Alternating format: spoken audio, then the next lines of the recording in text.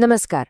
आज बात करते हैं भारतीय कला की एक ऐसी अनोखी और कह सकते हैं कि थोड़ी कम जानी पहचानी शैली की, जिसने अपना ध्यान महलों पर नहीं बल्कि गलियों पर लगाया। जी हाँ, ये कहानी है पटना कलम की, आम जिंदगी की कला की।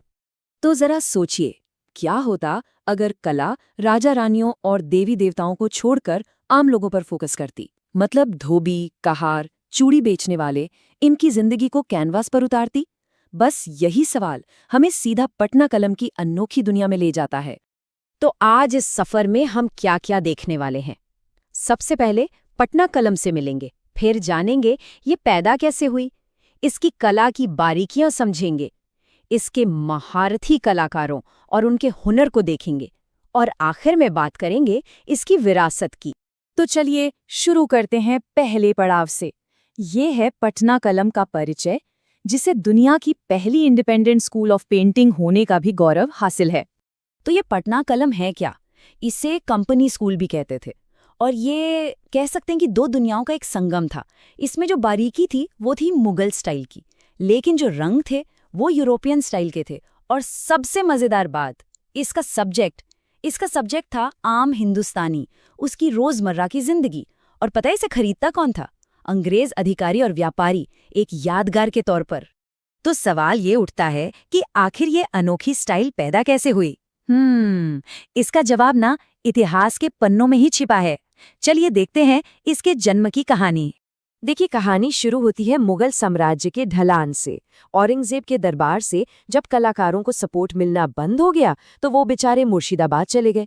लेकिन फिर 1757 में प्लासी की लड़ाई हुई, अंग्रेजों का दबदबा बढ़ा और जो लोकल नवाब थे उनके पास भी कलाकारों को सहारा देने के लिए पैसा नहीं बचा।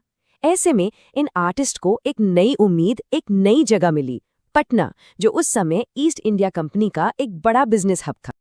और पटना पहुंचकर इन कलाकारों ने जो किया ना, वो वाकई एक क्रांति जैसा था। उन्होंने अपनी कला का सब्जेक्ट ही बदल डाला। तो चलिए अब इस कला की आत्मा को और करीब से समझते हैं। तो पटना कलम की पहचान क्या थी? सबसे पहली बात, बैकग्राउंड या तो होता ही नहीं था या एकदम सिंपल, ताकि सारा फोकस मेन कैरेक्टर पर रहे। चेहरों की भी एक खास बनावट थी, नुकीली नाक, भारी भौहें, गहरी धसी हुई आंखें। और शेडिंग का तरीका तो कमाल था। कजली स्याही कहते थे उसे, मतलब छोटी छोटी डॉट्स बनाकर शेडिंग करना। और सबसे हैरतअंगेज बात, कोई पेंसिल स्केच नहीं, कलाकार सीधे ब्रश से ही कागज पर अपना जादू बिखेर देते थे। यहाँ पर ये फर्क कितना साफ दिखता है ना? एक तरफ है मुगल स्टाइल, राजा महाराजा, भव्य महल और खचाखच भरा हुआ बैकग्राउंड, और दूसरी तरफ है पटना कलम, जिसमें एक आम इंसान है, उसका काम है, और बैकग्राउंड एकदम साफ। सारा का सारा फोकस इंसान और उसकी जिंदगी पर। तो ये कलाकार बनाते क्या थे? अरे वही जो वो अपने आसपास देखते थे। मछली बेचने वाली औरतें, सड़क पर घूमते फेरी वाले, होली दिवाली की रौनक, शादी ब्याह, यहाँ तक कि अंतिम संस्कार के सीन भी। सही मायने में कला अब महलों से निकलकर आम आदमी की जिंदगी का आईना बन गई थी। चलिए एक पेंटिंग को जरा करीब से देखते हैं। इसका टाइटल है कश्मीरी कारीगरों का एक समूह। अब देखिए, इसमें वो सारी खासियतें हैं जिनकी हमने अभी बात की। ये पुरुष शॉल पर कढ़ाई करने में मगन है, एक बुजुर्ग आराम से हुक्का पी रहे हैं। चेहरों पर गौर कीजिए, वही नुकीली नाक, भारी भौएं, गहरी आंखें, और शेडिंग वो भी डॉट्स से की गई है। ये एक पेंटिंग ही पटना कलम की पूरी कहानी बयां कर देती है। तो ये कला जितनी खास थी, उतने ही खास थे इसे बनाने वाले कलाकार और उनके औजार। चलिए अब इन मास्टर्स और उनके क्राफ्ट पर भी एक नजर डालते हैं। देखिए, कोई भी आर्ट फॉर्म अपने मास्टर्स के बिना अधूरा है। जैसे कि सेवकराम, जो रोजमर्रा की जिंदगी को कैनवस पर उतारने के लिए जाने जाते थे, या हुल्लास लाल, जो जानवरों और पक्षियों की पेंटिंग में माहिर थे। और भी थे जयराम दास, फकीर चंद लाल, ऐसे कई कलाकार थे जिन्होंने इस स्टाइल को जिंदा रखा। अच्छा, ये पेंटिंग बनाते किस पर थे? सुन के हैरानी होगी, ये लोग अपना कागज तक खुद बनाते थे, वो भी रद्दी कागज से। सिर्फ यही नहीं, ये अभ्रक यानी माइका की पतली शीट्स पर, और तो और हाथी दांत पर भी पेंटिंग करते थे। सोचिए कितने रिसोर्सफुल थे ये लोग। और रंगों का क्या वो बाजार से आते थे? जी नहीं, कलाकार अपने रंग भी खुद ही बनाते थे। पीला रंग हल्दी से, लाल रंग लाख से, नीला रंग नील से और काला रंग दिए की कालिक से, सब कुछ नेचुरल। शायद यही वजह है कि 200 साल बाद भी इन पेंटिंग्स के रंग इतने ताज़े लगते हैं। और ये तो सुनिए, ये तो सबसे कमाल की बात है, इनका ब्रश।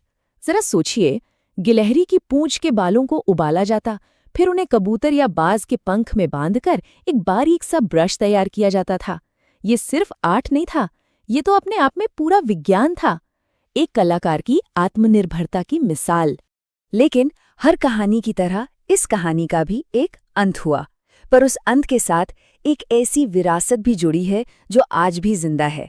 तो चलिए अब इस कहानी के आखिरी अध्याय पर चलते हैं।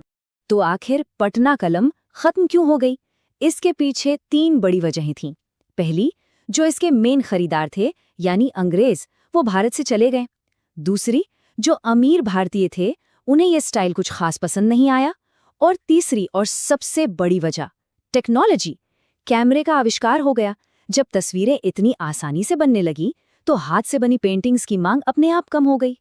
लेकिन इसका खत्म हो जाना ही इसकी कहानी का अंत नहीं है।